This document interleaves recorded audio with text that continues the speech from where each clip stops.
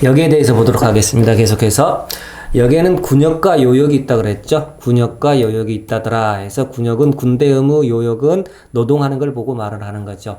16세부터 60세 미만까지 양인은 기본적으로 군역 의무가 있다더라 이렇게 나오는 겁니다. 그래서 양인 개병 원칙은 양인들이 병역 의무를 모두 졌다. 그 다음에 병농일치 그러나 실질적으로는 농민들이 병역 의무를 지고 있었더라 이렇게 말을 하는 거죠. 양반은 원칙적으로 군역 의무가 있었다. 그러나 실질적으로는 제외되고 있었다. 이렇게 하는 거죠. 그래서 원칙상 면제는 틀린 말, 실질적으로 제외되고 있단 말은 맞는 말 이렇게 가는 거죠. 요역 말을 합니다. 요역 기본적으로 요역 말합니다. 노동이라 그랬죠. 해서 요성 팔려 이렇게 나옵니다. 이성이 팔렸다 그래서 요성이 팔렸구나 해서 이성이 팔렸다, 요성이 팔렸다, 성이 팔렸다는 소리야. 해서 성종 때 토지 8개를 기준으로 해서 1인 1년 6일 이내의 동원 원칙이다 이렇게 나오는 거죠. 그래서 요성 팔려에서 요역이고요. 성종 잡아놨고요. 그다음에 8개월 토지 8개를 기준으로 해서 6일 이내에 동원시켰다 해서 요성 팔려 이렇게 하는 겁니다. 이거는 같이 외워두시기 바랍니다. 기본 숫자가 나오니까 좀 헷갈리실 거야. 성종 때를 기준으로 해서 사료가 나오는 거니까 같이 외워두시기 바랍니다. 세조 때 보법을 시행했다더라 해서 보법에서 보인이 나온다는 소리야. 보인에서 보인 2명, 그 다음에 정병 군대 가는 정병 1명 해서 이렇게 나오는 것에 해서 이걸 정병 1명, 보인 2를 해서 일보로 칭했다. 그래서 보법 시행 이렇게 하는 겁니다. 보법의 실시로 군역 대상자가 확대되었죠. 그 다음에 요역 대상자가 감소됐고요. 그러다 보니까 군역의 요역화가 발생했다 이렇게 나오는 겁니다.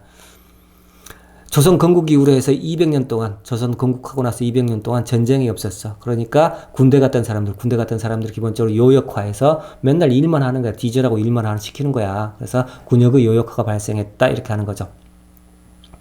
16세기. 자, 군역의 요역화가 발생하다 보니까 군대 가니까 맨날 일만 시켜. 그러니까 대부분 다 군역을 안 갈라 그래. 군대를 안 갈라 그래. 그죠? 그래서 군역의 기피 현상이 일어났다더라. 이렇게 나오는 거죠. 그러다 보니까 불법이 일어나는 거죠. 그래서 대립제가 나오고요. 반군수포제가 나옵니다. 그래서 대빵 불법. 대빵이란 말 자체가 불법이잖아요. 그래서 대빵 불법 이렇게 하는 겁니다. 그래서 대립제, 반군수포제는 불법이다.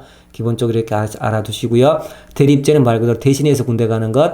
반군수포제는 말 그대로 해방시켜준다는 소리 아니야. 해방시켜준다. 왜? 뭘 주고? 자, 포를 주면 군대 군역을 면제시켜준다. 근데 말 그대로 불법이라 그랬습니다. 대빵 불법 이렇게 하시는 거고요. 그래서 이제 중종 때 이르러서는 군적수포제에서 적법하게 군역을 면제시켜주겠다. 1년에 2필만 내라. 포 2필만 내라 해서 군적수포제를 시행했다. 이렇게 하는 겁니다. 그래서 군수 두피 열려 이렇게 나왔죠. 군수 두피 열려 해서 군수의 머리 뚜껑이 열렸다 해서 군수 두피 열려 해서 군적 수포제는 자 두필만 내면 된다더라. 군수 두피 열려 해서 두필만 내면 된다더라. 이게 16세기 현상이다 해서 군수 두피 열려 해서 군적 수포제 적법하다 그랬습니다. 적자가 들어갔죠 해서 적법하다더라. 대빵 불법에서 대장이 대빵이란 말 자체는 불법이다라더라. 이렇게 말을 하시면 되겠습니다. 자. 17세기 들어서죠. 17세기 들어서면 자 양난이 끝났잖아 해서 5군역이 성립됐었죠. 5군역에서 기본적으로 훈련도가 말 그대로 모병제였잖아. 이렇게 생각하시면 되겠습니다. 그래서 5군역의 경비를 마련하기 위해서 이제 포를 많이 내게 했는데 해서 납포군이 증가됐다더라 해서 그래서 포를 내는다. 포를 많이 내게 돼야 말 그대로 포를 많이 내야 되니까 군역 의무 말 그대로 부담이 되겠죠. 양난 이후로 해서 국가재정 확보를 위해서 납속이나 공명책, 양난이 아니네 보자. 다시 한번 임진왜란 이후로 해서 자, 국가 세금이 좀 부족해. 임난 이후에 국가 세금이 좀 부족해. 그러다 보니까 납속, 그다음에 공명책을 시행했다더라. 말 그대로 재물을 주면 양반을 시켜줬다는 소리야. 재물을 주면 돈을 내면은 양반을 시켜주는 제도가 납속이나 공명책이 있다더라. 이렇게 생각하시면 되겠습니다. 그래서 양반 수가 증가되다더라. 이렇게 나오죠. 양반들은 기본적으로 병역 의무를 지고 있지만은 원칙적으로는 병역 의무를 지고 있다 그랬었죠. 그러나 실질적으로는 병역 의무가 없었어. 그래서 군역 면제자가 많아졌어. 그러다 보니까 농민들의 부담이 증가되게 되는 거죠. 실질적으로. 자, 정부는 계속해서 그러나 정부는 안정적인 군포, 세금을 확립하기 위해서 계속적으로 다 걷어가는 거죠. 원칙적으로 말 그대로 정부는 다 걷어가는 거야. 그러다 보니까 백골징포, 죽은 자, 뼈다구, 자, 백골아지가 뼈다구, 사람이 돌아가시면 다 죽으면 뼈만 남는 거죠. 그래서 백골징포에서 돌아가신 분에게 포를 걷는다. 그 다음에 황구첨정에서 황구는 말 그대로 어린아이를 칭하기도 했었습니다. 그래서 황구첨정 어린아이한테도 포를 먹였다더라. 그 다음에 이웃 닌자 쓰잖아 해서 이웃한테 먹였다. 그 다음에 족징, 가족들한테 거둬들였다. 강년체, 내리강자잖아. 나이를 낮춰서 60세 이상 면제자한테도 말 그대로 포를 걷어가는 거죠. 해서 마감체, 한꺼번에 걷어갔다더라. 마감체, 이렇게 하는 거죠. 그러다 보니까 유망이 급증하고 농민들은 파산하게 되는 거지. 이걸 전부 다 농민들한테 다시 한번 부과시키는 거잖아. 양역 변통농이 대두됐더라 해서 보자. 농병일치론 나왔죠. 유형원의 농병일치론 이렇게 나왔었으면 나중에 실학하실 때 실학 공부하실 때 농병일치론 유형원 나와요. 이때 자 균전제를 실시하죠. 유형원의 주장이야. 균전제를 실시해서 4가구당 4가구당 1명을 군역으로 징발하자 이렇게 하는 겁니다. 그래서 4가구당 1명에서 유형원이었죠. 그래서 유형사 1 해서 유형원은 자 4가구당 한 명을 징발하자 해서 유형사 1 유형사님 일이 많으세요 해서 유형사 1 이렇게 하시는 거죠. 호포론 말 그대로 가가 호 단위로 말 그대로 포를 부과하자 그런데 이것도 실패를 했었죠. 드디어 균역법이 나오는 겁니다. 그래서 영조 때 균역법을 실시했다 이렇게 하는 겁니다. 양인에게 1년에 군포 한 필만 내라. 영조가 세금을 면해주겠다. 자 양인에게 군포 한 필씩만 내. 군족 수포제 때는 2필을 냈었잖아. 근데 영조는 말 그대로 한 포를 딱 한 필을 줄여준 거죠. 그래서 1년에 한 필만 내라 이렇게 했죠. 그러면 말 그대로 재정이 그렇잖아요. 재정이 부족한데 국가 재정을 좀 보충을 해줘야 되잖아. 그래서 여기에 결작 대신에 결작을 거두겠다 해서 토지 소유자한테 말 그대로 1개월당 2두 내라. 자, 토지 소유한 사람들이 대신에 1개월당 2두를 내라 해서 결작이라고 그랬습니다. 선무군관포에서 선무군관이라는 칭호를 줘. 칭호를 주면서 대신에 너 명예직 거둬갔으니까 군판필 내라 해서 선무군관포 이렇게 하는 거죠.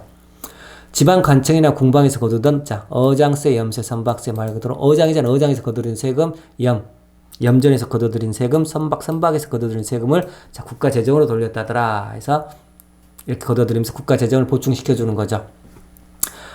역한년이 하필 영영조서 작두군이 박었다 이렇게 하는 거죠. 자 역한년이 뭔지 아시겠죠? 역겨운 여자가 하필이면 영영 줬다 이거죠. 그래서 우리 작두군께서 박았다 이렇게 하는 거죠. 그래서 역한년에서 균역법은 1년에 1필, 그 다음에 영영조에서 영조 잡아놓은 겁니다. 그래서 작두군에서 결작의 2두, 그 다음에 선무군관포 한 필이에요. 자, 선무군관. 자, 먼저 선자 썼잖아요. 그래서 한 필 했었고요. 선박세, 그 다음에 어장세, 염세 이렇게 나오는 겁니다. 자, 처음에 균역법을 시행했잖아요. 균역법을 시행하다 보니까 농민들이 부담이 경감되겠죠. 2필씩 내다가 한 필 냈으니까.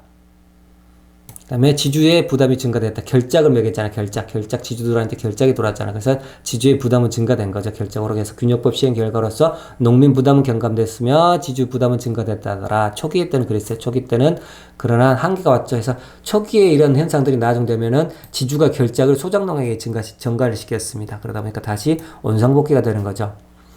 19세기 들어서면 자 세도정치 시기죠. 세도정치 시기에는 말 그대로 다시 등장하는 거야. 백골중포, 항구점정 이런 게 다시 17세기 했던 이런 내용들이 다시 등장한다더라 해서 농민 유망이 증가되고 그다음 밀란이 발생한 원인이 됐다더라 이렇게 하는 겁니다.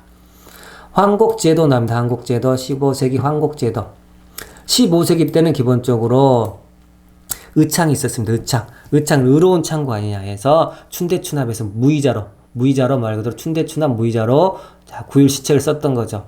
그런데 자 16세기 들어서면서부터 의창에서 상평창으로 이게 자 황국제도가 이관이 되는 거죠. 의창에서 상평창으로 의상 그러잖아요. 해서 의창에서 상평창으로 황국제도가 이관이 됐다더라. 그러면서 자 상업화가 되는 거야. 상평창 상업화가 되는 거죠. 그래서 10분의 1 이자를 부과하는 거야. 10분의 1 이자를 부과했다더라. 그래서 의상 기본적으로 의창에서 상평창으로 넘어간 시기가 언제인지는 외워두셔야 된다는 거죠. 열려의상, 그 다음 열려라, 여자 옷이 열려라 의상에서 옷을 열어라, 열려의상 이렇게 하시는 겁니다. 그래서 의상에서 의창에서 상평창으로 넘어가는 시기는 16세기다. 이건 기본적으로 알아두시라는 거지. 세도정치 시기. 자, 양난 이후에는 기본적으로 재정이 부족했다. 그래서 10분의 3까지 매기는 거잖아. 굉장히 이자를 많이 매겼죠. 그 다음에 세도정치 시기에는 기본적으로 환총제라 그래서 황곡에서도 총액제를 도입했다더라 해서 환총제 이것도 나오는 거고요. 황곡이 굉장히 문란했습니다.